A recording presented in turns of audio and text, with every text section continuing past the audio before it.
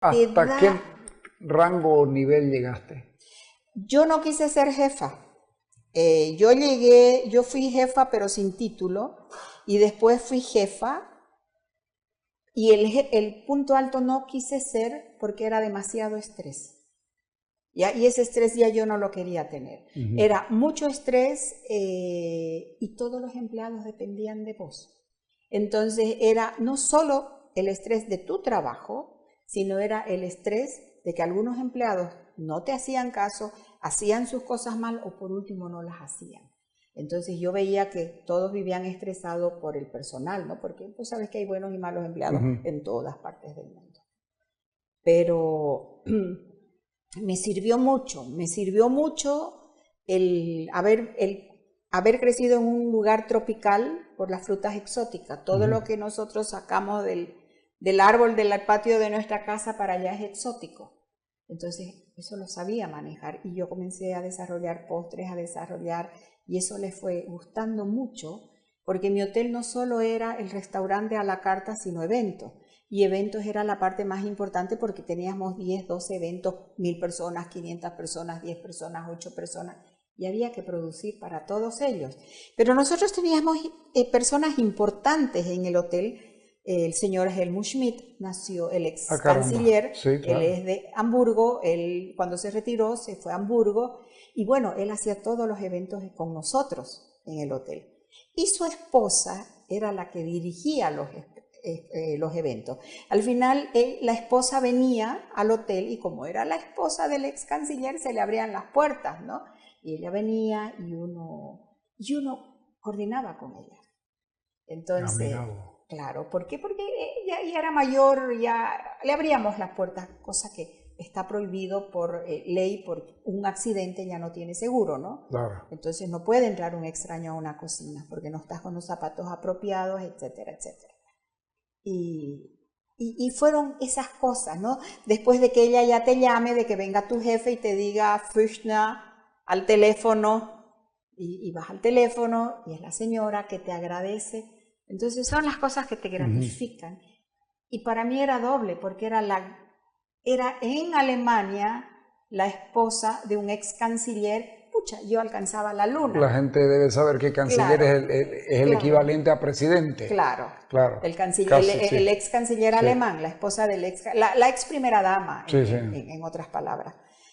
Entonces, yo alcanzaba la luna de felicidad, ¿no? Y de repente habían los eventos, terminaba el evento, venía mi jefe de cocina y me hacía así, llamen a la chiquitita, porque como los alemanes son grandes, llamen a la chiquitita, entonces yo tenía que, cuando él decía llamen a la chiquitita, yo tenía que ponerme ropa limpia, porque iba a salir al salón.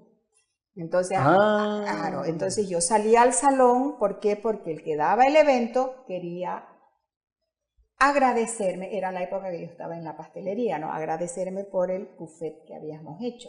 Y así sucesivamente fueron esas cosas que te van llenando y uno dice, ya, se puede cuando se quiere.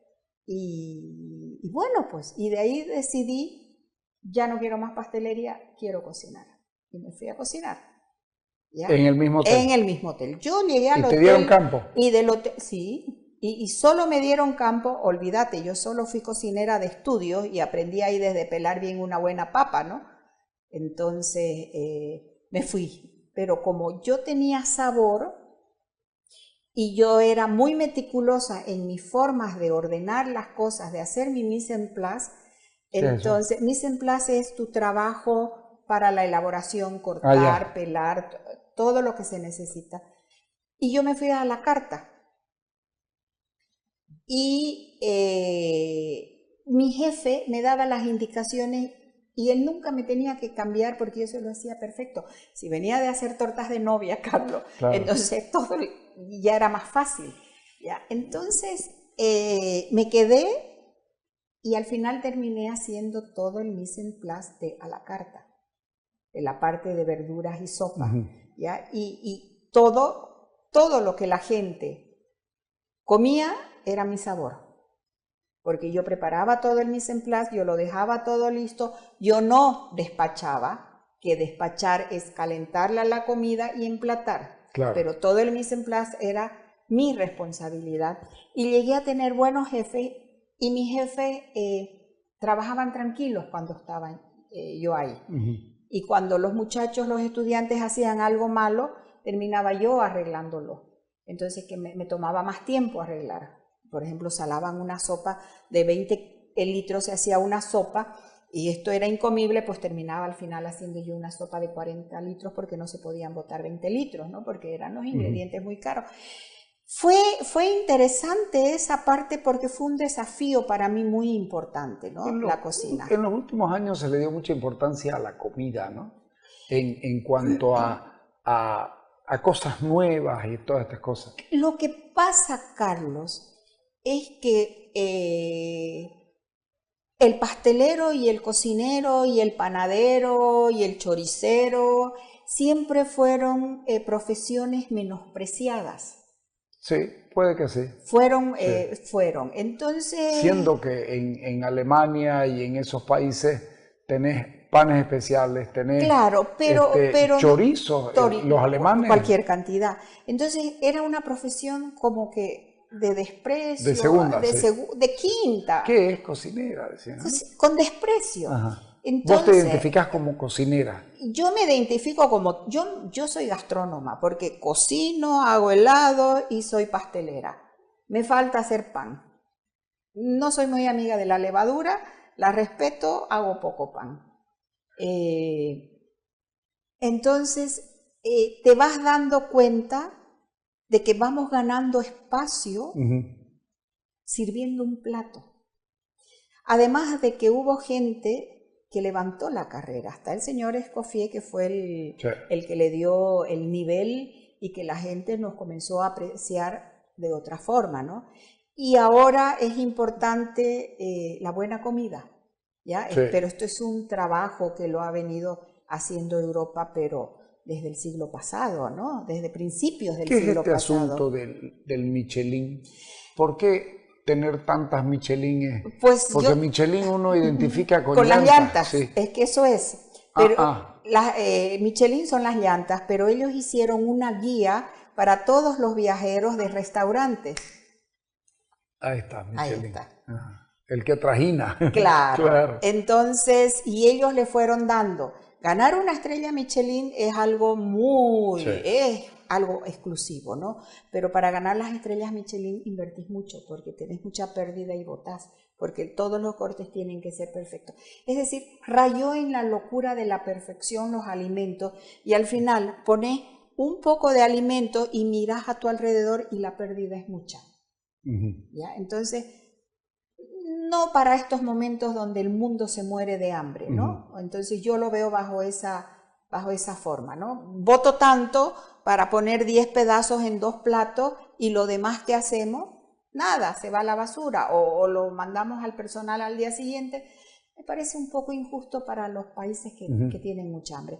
Pero yo soy ganadora de una Gold Millot, por ejemplo, que es la otra guía. Cuando yo entré a trabajar a mi hotel, teníamos 15 puntos, yo era estudiante, entonces yo tenía que hacer exactamente igual, cabalito, porque si no me daban con un sartén por la cabeza, ¿ya? Para decirlo. Se nos fue el director de cocina, porque ya se retiró, se fue a otro hotel de la cadena Kempinski, mi hotel era de la cadena Kempinski, se fue a München y nos perdimos los puntos, así.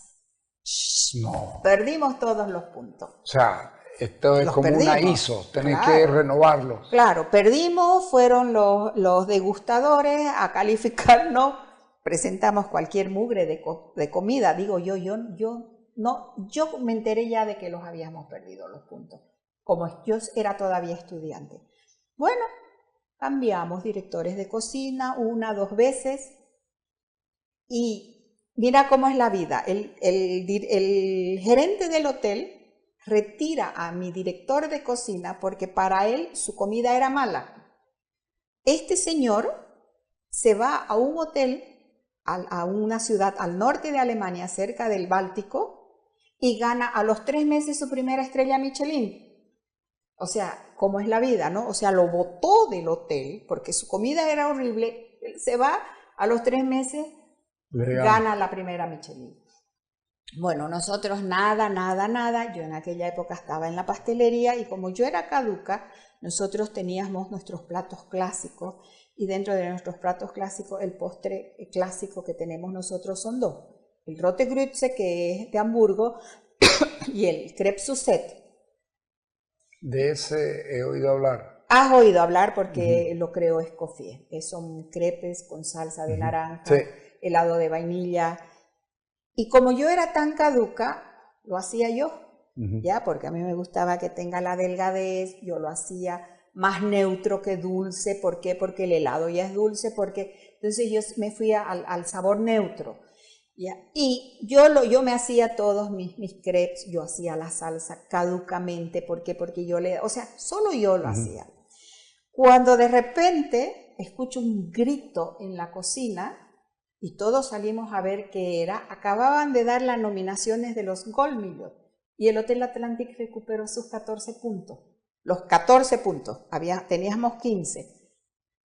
Y cuando leemos ¿por qué? ¿Qué fue lo que comieron? Comieron el Crepe Suzette.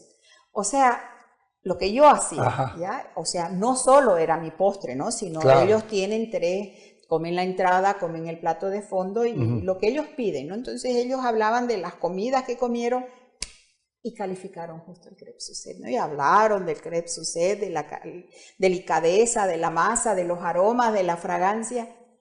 Y yo dije, soy yo. Entonces era algo tan maravilloso, claro, que ya bajó el gerente, me da un abrazo, porque él sabía que yo lo hacía el Crepe Suzette y ya se fue a la cocina y ya, entonces fue un momento de gloria y de felicidad, ¿no? Ahí ya los dejé en la pastelería y me fui a la cocina. No hemos ganado puntos, porque los volvimos a perder, porque como cambian de directores de cocina, cambian de tendencias de comida, entonces todo el tiempo se va renovando, ¿no? ¿Y la cocina? La cocina es dura, porque estás parado muchas horas, pero es fascinante.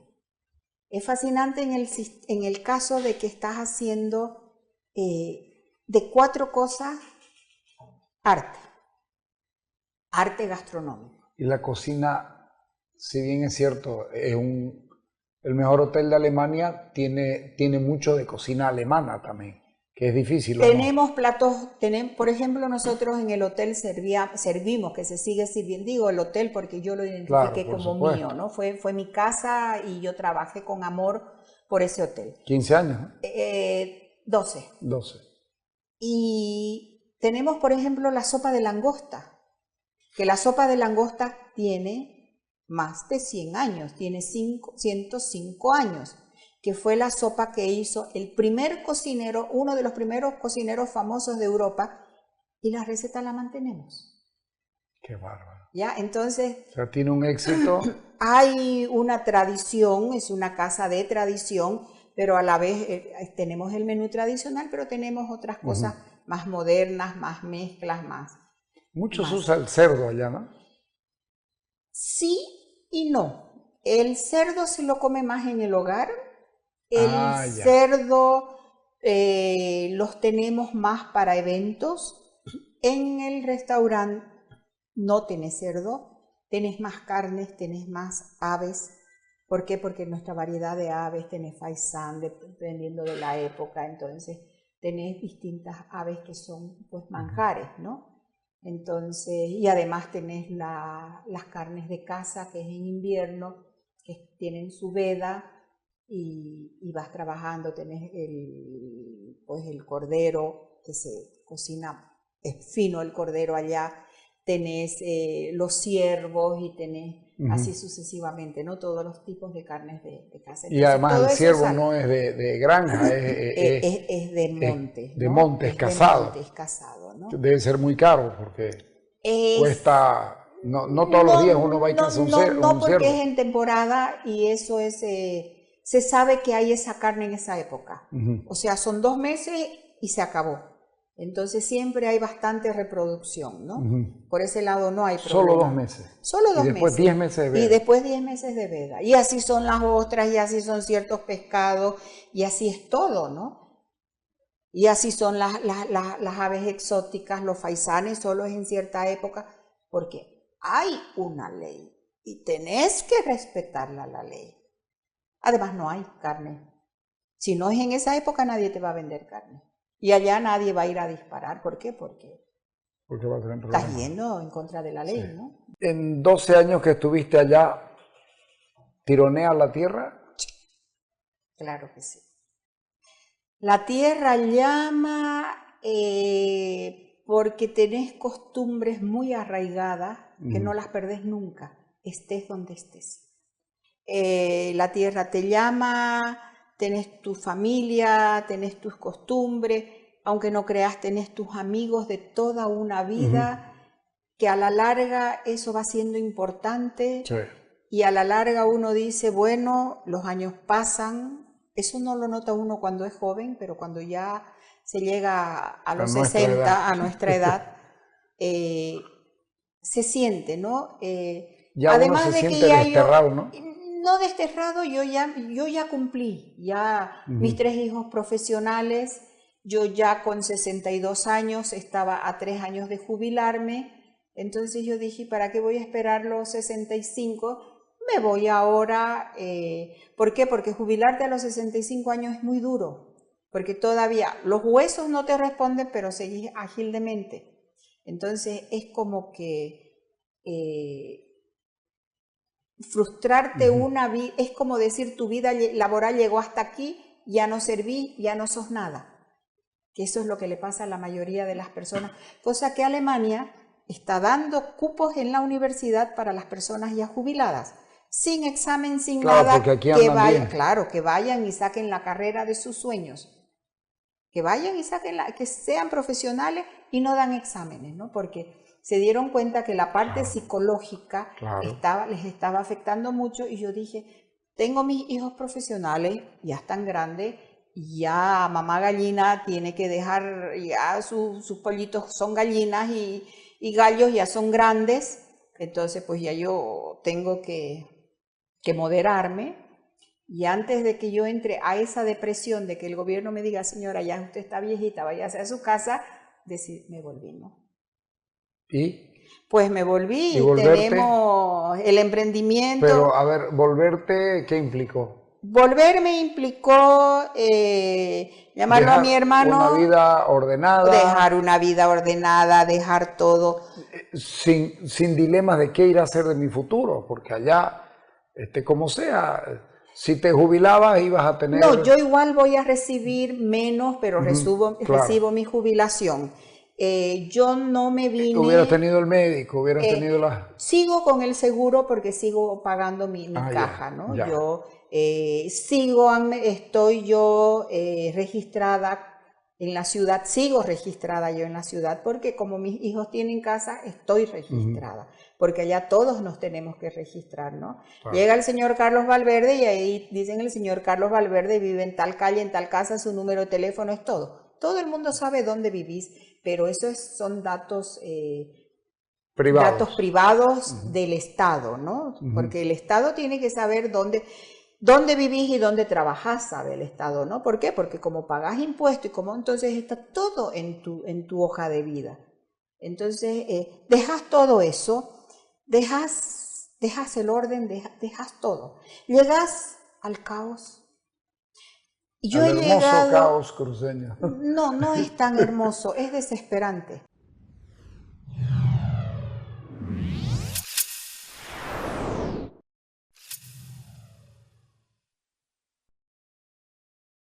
En este 2024, como Gobernación de Santa Cruz, impulsamos el progreso de nuestra región con 11 obras, 8 terminadas y 3 en ejecución, impactando en 6 de nuestras 15 provincias, transformando la vida de más de 232,000 habitantes. Además, estas obras aseguran la conexión vial en la mayor zona de producción agrícola de Santa Cruz, garantizando que los alimentos lleguen a la mesa de cruceños y bolivianos. Estamos reduciendo brechas, conectando Santa Cruz, en busca de una mejor calidad de vida para todos nosotros. Sigamos avanzando, Santa Cruz.